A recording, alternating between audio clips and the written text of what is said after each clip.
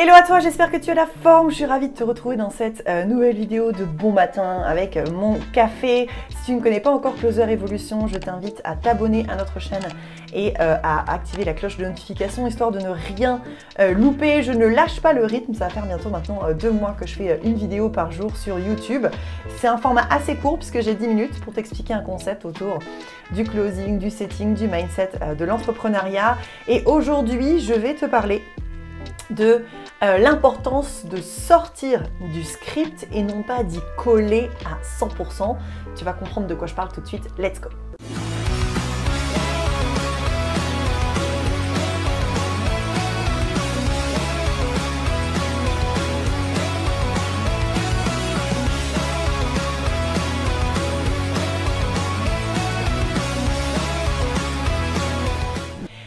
Donc à travers les formations, en tout cas je vais parler de chez Closer Evolution parce que je ne sais pas chez les autres, mais en tout cas chez Closer Evolution, on a fait le parti pris de former nos élèves au setting et ou au closing à travers un script, à travers une base, parce qu'il y a quand même plein de points hyper importants à valider avec son prospect au téléphone. Donc tu en as 4-5 qui sont importants dans le setting, tu en as beaucoup plus dans le closing. Et en fait, c'est comme ça que nous, on a aussi été formés. On nous a appris une trame avec effectivement les points à ne surtout pas oublier. Donc si tu veux, la trame, c'est un peu comme ta partition de musique. C'est un peu comme quand tu dois apprendre le solfège. Tu vois ce que je veux dire? Sauf si tu es un virtuose né, que tu n'as pas besoin d'apprendre les gammes, que tu n'as pas besoin d'apprendre le solfège et que tu es quand même capable de monter, enfin de créer des symphonies. J'ai vraiment du mal à parler aujourd'hui, c'est une catastrophe. Donc sauf si tu es dans ce cas-là, en vrai, il va falloir que tu fasses comme tout le monde, il va falloir que tu apprennes tes gammes, le solfège, à dessiner les notes sur ton papier à musique, etc. etc. Ben, le script, c'est exactement la même vision des choses. Le script, c'est l'équivalent de ton solfège. Donc ça veut dire que ça te donne quand même des bases hyper importantes pour créer des automatismes dans ton cerveau de choses auxquelles tu dois absolument pas déroger et que tu dois demander à ton prospect et auxquelles potentiellement tu peux peut-être un petit peu plus t'amuser avec. Et le problème, c'est qu'il y a beaucoup d'élèves qui, en sortant de la formation, une fois qu'ils ont pris leurs premiers appels téléphoniques, essaient de coller au maximum au script. En soi, c'est pas une mauvaise stratégie. Par contre, c'est pas la meilleure non plus.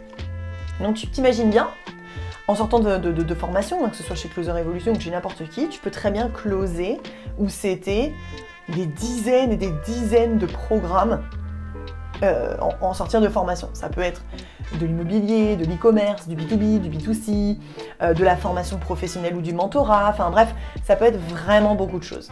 Et le truc, c'est que sur certains cas de figure, sur certaines problématiques, sur certains prospects, tu ne vas pas pouvoir coller au script à 100% tel qu'on te l'a appris. Et là où j'ai envie de te dire, alors je ne peux pas t'expliquer tous les cas de figure parce qu'effectivement ça dépend quand même beaucoup des programmes, des produits, de ton client, de l'avatar que tu vas avoir au téléphone. Par contre, la meilleure stratégie possible à appliquer, c'est j'ai un contrat, donc j'ai une phase d'onboarding, une phase de formation qui est prévue. Je dois créer le script en fonction de ce que j'ai appris chez Closer Evolution ou chez d'autres concurrents, peu importe. Et ensuite, c'est le fait d'avoir mes premiers prospects au téléphone qui va valider ou non si je peux coller au script et si oui, dans quelle mesure peut-être que je peux l'adapter. N'oublie pas que le setting, le closing, c'est principalement de l'écoute active, c'est principalement de l'intérêt pour la personne qui est en face de toi.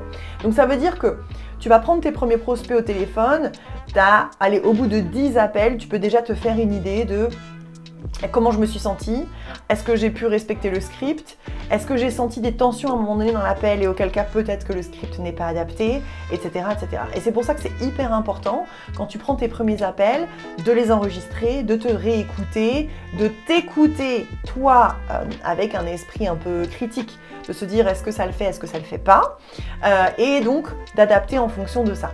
Ce que je peux te dire, c'est qu'il n'y a rien de pire que d'essayer de coller au script parce que c'est ce qu'on m'a appris, de voir qu'en face, avec ton prospect, il y a des blocages, il n'y a pas de répondant, il n'y a pas d'écoute active et de s'entêter à coller au script.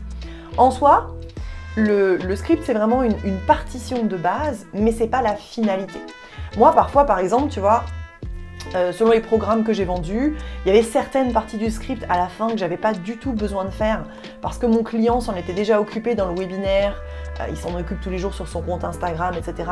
donc j'avais pas besoin de faire certaines parties. A contrario, il y en a d'autres où je supprimais complètement certaines parties parce que ça le faisait pas, voire même en fonction des profils que j'ai au téléphone, les profils de prospects, je sortais complètement du script parce que je savais déjà que ça n'allait pas coller.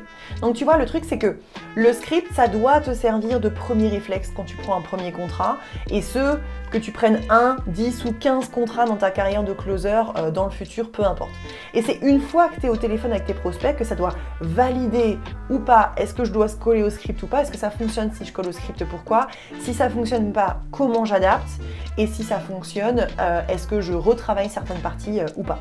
Mais il n'y a rien de pire que d'essayer d'être hyper scolaire, alors que le closing, c'est de l'écoute active, c'est de l'empathie, c'est quand même un échange avec un être humain, et donc ça doit quand même rester relativement vivant.